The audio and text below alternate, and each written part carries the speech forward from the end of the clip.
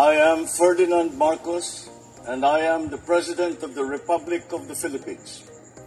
I stand today on behalf of 110 million Filipinos.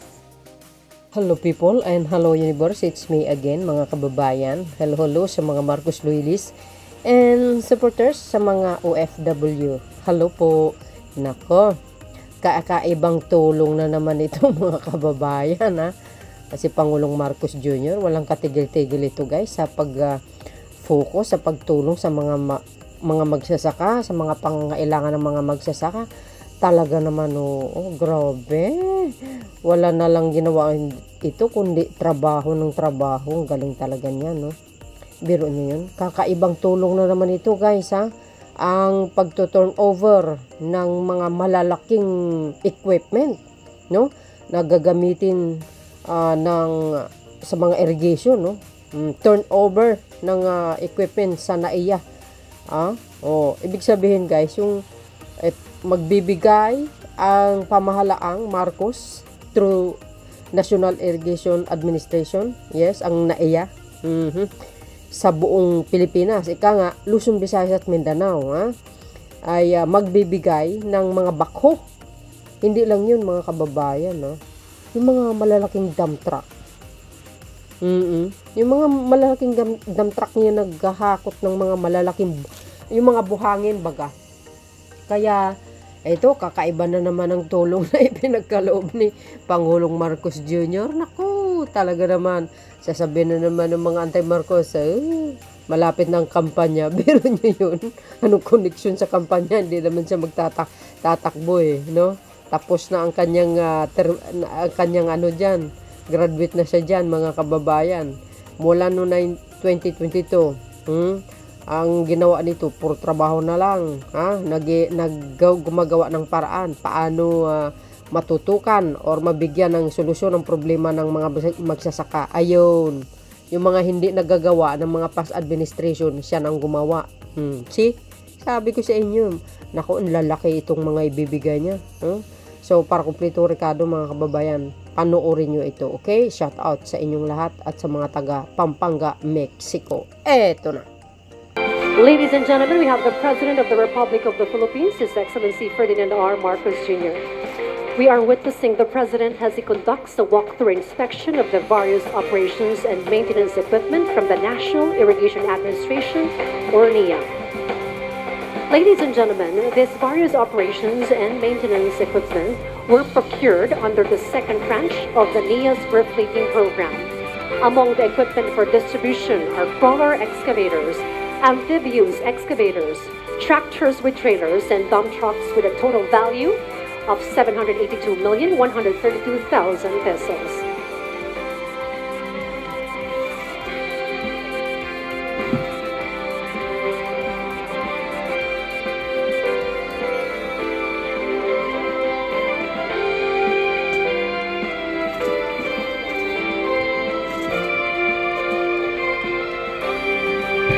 Once again, the President of the Republic of the Philippines, His Excellency President Ferdinand R. Marcos Jr.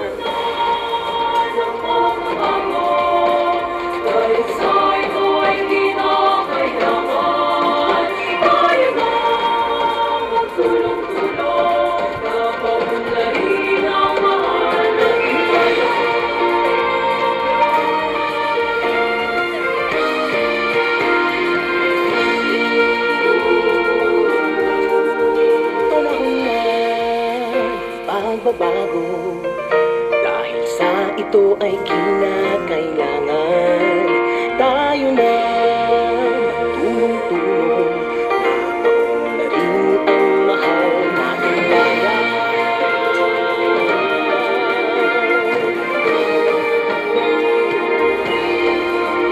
Panahon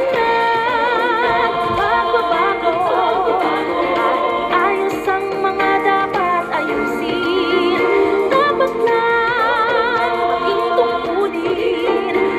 Bawat mamamayan dito sa atin ng pagbabago patungo sa pag-asenso, magsikap ng mabuti ka nang guminhawa tayo.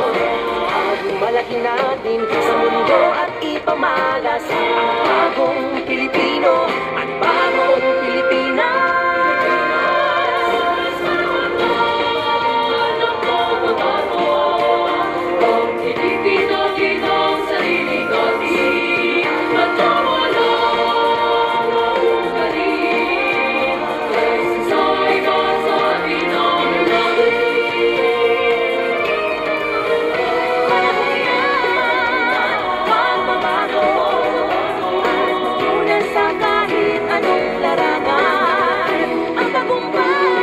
We may now be seated.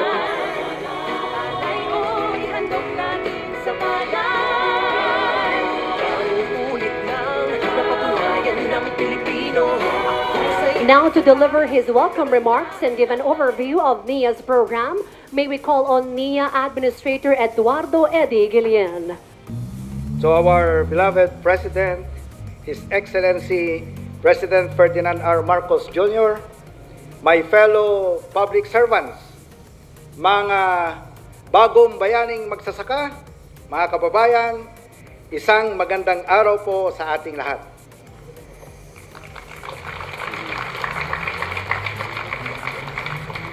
This ceremonial turnover of heavy equipment worth 782 million pesos is the second tranche of the agency's 3-year refleeting program to further improve po natin yung operations and maintenance of our irrigation system projects nationwide.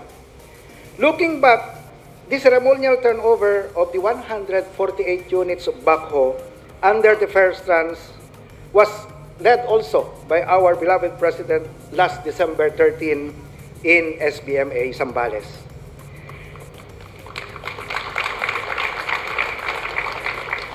This supports our President's vision of food security and reduce hunger and poverty.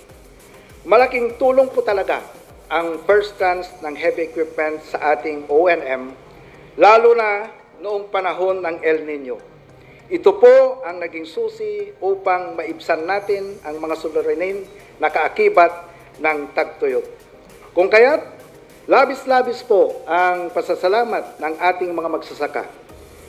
Looking forward to the second tranche, itong mga heavy equipment natin ay magamit ng mga NIA field offices nationwide sa desilting operations ng ating mga irrigation facilities bilang paghahanda sa posibleng epekto ng La Nina. Muli, maraming salamat po, Pangulong BBM. Thank you, sir.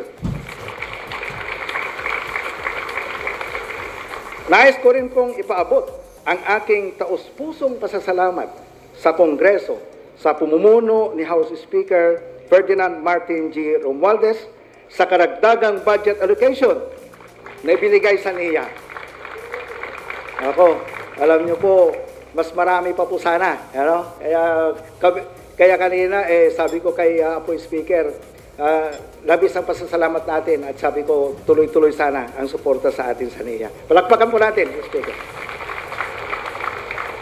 Dahil po rito, naging posible ang mas maraming proyektong pang-irigasyon ng ahensya at mas maraming magsasaka ang natulungan. Indeed, it is a clear manifestation of our agency's efforts to secure timely implementation of irrigation projects nationwide. This procurement of heavy equipment would ensure efficient and effective maintenance of irrigation canals, free from siltation and debris, towards smooth water distribution, better harvest of crops of our farmers. Ngayon ay matitiyak po natin ang tuloy-tuloy na daloy ng patubig patungo sa mga palayan ng ating mga magsasaka dahil sa regular maintenance at agarang pagkumpuni ng ating mga pasilidad. A better hope for the future of our farmers and agricultural sector lies in irrigation. Ulitin ko po, a better hope for the future of our farmers and agricultural sector lies in irrigation. With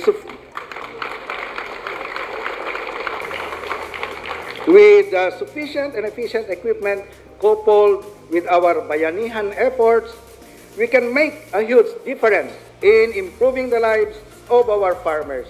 Ito po ang diwa ng isang maunlad na bagong Pilipinas na minimithi nating lahat. On behalf of all NIA employees and officials, I warmly welcome you all in this event. Thank you for joining us here today. Mabuhay ang mga bagong bayaning magsasaka! Mabuhay ang bagong Pilipinas!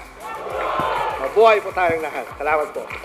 President to lead our turnover ceremony, together with Agriculture Secretary Francisco Tiu Laurel Jr. and NIA Administrator Eduardo Eddie Guillen.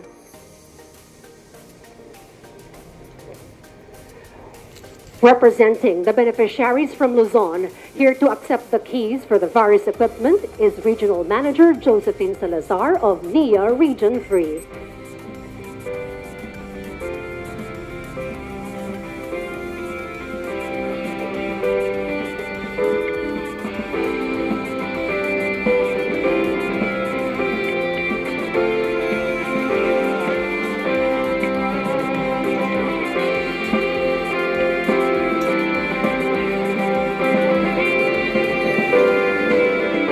Thank you very much.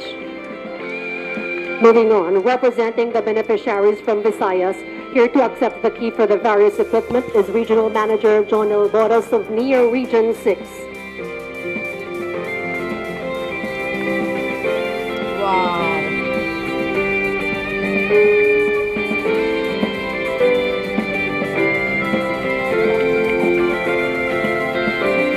Thank you very much. Now, representing the beneficiaries from Mindanao, here to accept the key for the various equipment is Regional Manager Diosdado Rosales of NIA Region 12.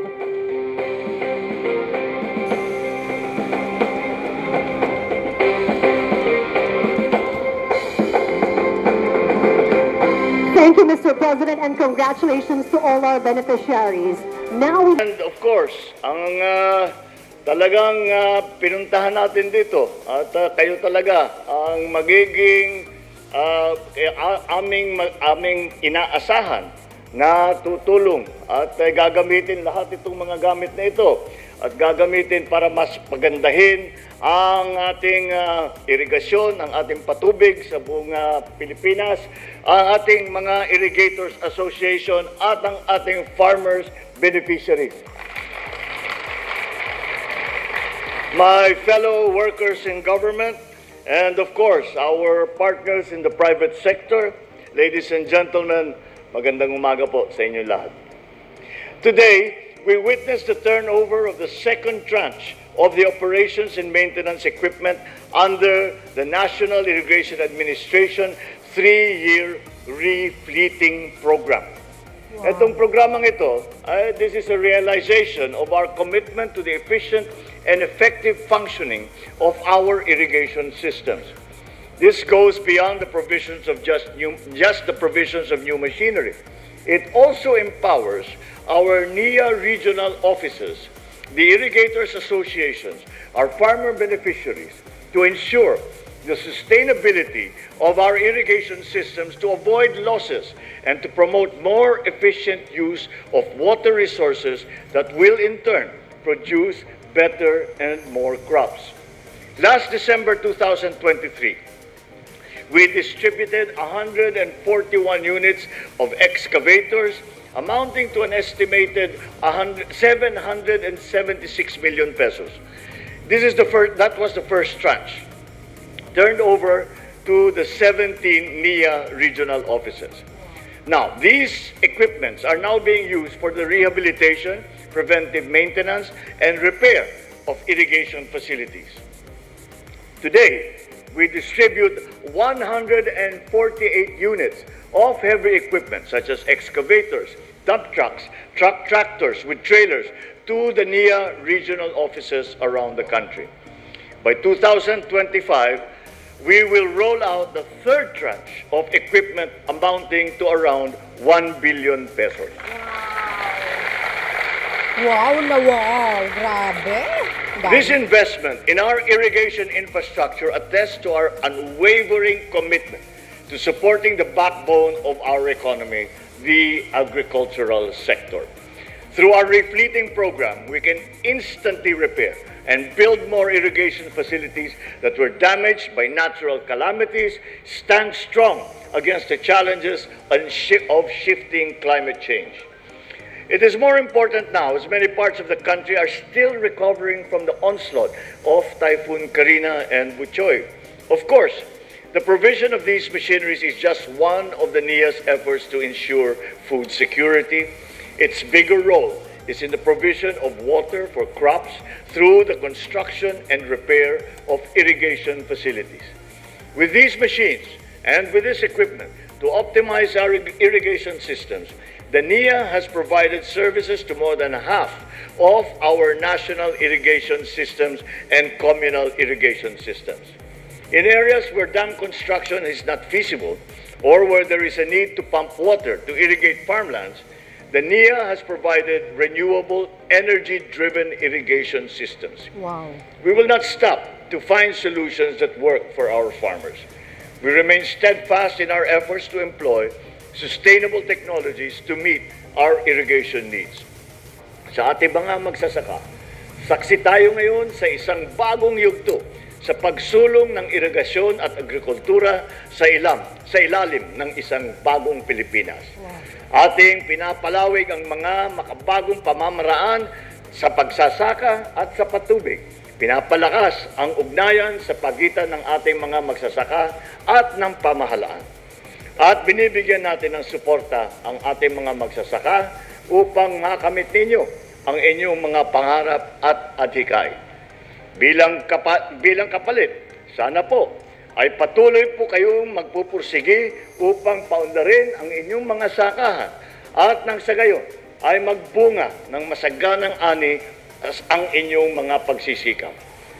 Tunay nga po na basta sama-sama mapapatagumpay natin ang kahit anumang pagsubok.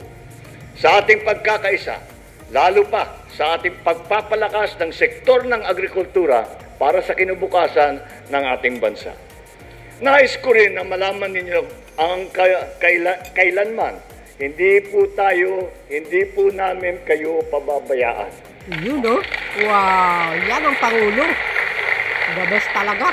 Habang pinauunlad at ginagawa nating moderno ang sektor ng agrikultura, hindi natin kinakalimutan at iiwanan ang bawat magsasakang Pilipino. Wow. See, guys? Patuloy po tayong naghahanap ng mga solusyon upang mapabuti ang gawaing pagsasaka at mapataas ang inyong ani at ang inyong kita. Kaya tayo po ay magtulungan upang makamit ang isang maunlad at masaganang bagong Pilipinas. Maraming salamat po. Mabuhay ang ating mga magsasaka. Mabuhay po kayong lahat. Mabuhay ang bagong Pilipinas. Narinig nyo yung mga beswa, ang kanyang sinabi? Ganun ang Pangulo, hindi nagpabaya.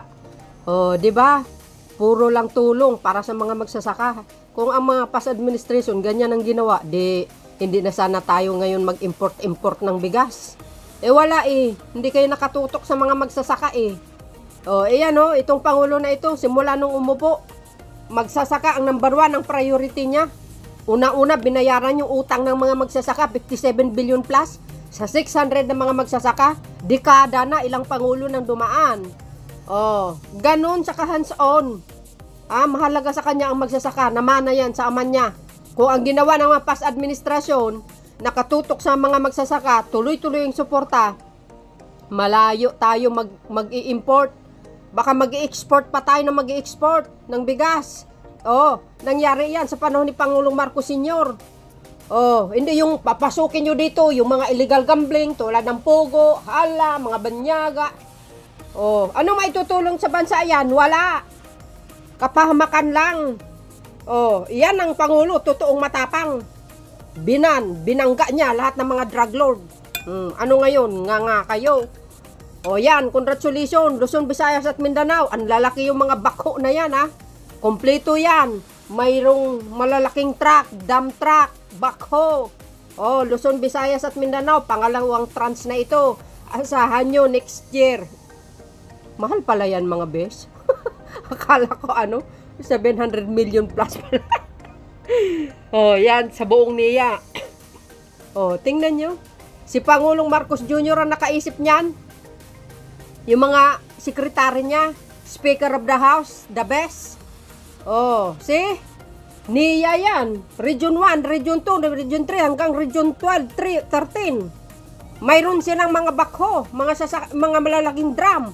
O, hindi kayo naloka. Ano guys ang masasabi nyo? Ako, wala akong masabi, basta masaya ako. O, di ba? O, malamang, baka na naman may mga maiinggit dyan. But anyway guys, maraming salamat sa iyong watching. Saludo po tayo sa Marcos Administration, House of Representative, siyempre sa mga sekretary niya magagaling. Congratulations, ha? Mayroon kayong backhoe. Shout out sa mga taga Pampanga. Siyempre Visayas at Mindanao. Naku, lahat ng NAIA branches guys, ha. Ibig sabihin, lahat ng NAIA regions may matatanggap na backhoe. Wow, galing. Oh, grabe. Oh, see? Dami pa rin nagmamahal kay Pangulong Marcos Jr. sa Pampanga. Ay, nanalo siya dyan, in fairness, baluarte ni Madam Gloria yan, eh. Uy, mga karatula talaga, oh. Wow. Ayun. Yung iba hindi nakamayan sa dami-dami ba naman, eh. Yehe. Tingnan nyo si Tatang guys, yung may banner at muka pa ni Pangulong Marcos Jr. Mahigpit ang kanyang mga bodyguard, oh. Di ba guys, yung yung sinasakyan ni Pangulong Marcos Jr., bulletproof yan, di ba? Hindi basta-basta. Mahirap din isang pangulo, no? Ang marami kang babanggain. Si Pangulong Marcos Jr. Binanang pogo, nawala ng trabaho yung mga drug lord, guys. Yung mga tumatanggap na pera, naku, napinding na. Oh, see? Naban, lahat, sarado. Nga ngayon, ng mga kumakapit sa guys. Oh, ayan, kita nyo yan. Ay, wow, social, si Tatang. Mabuhay PBBM, salamat niya. Yes, thank you po, shout out po sa inyo. Bye. See you again guys on my next upload video. Kaya abangan nyo ang Pangulong Marcos Jr. sa mga lugar nyo. Abangan natin kung ano naman tulong ang ipagkakaloob niya. Thank you guys for watching. Mag-ingat po kayo. God bless Philippines!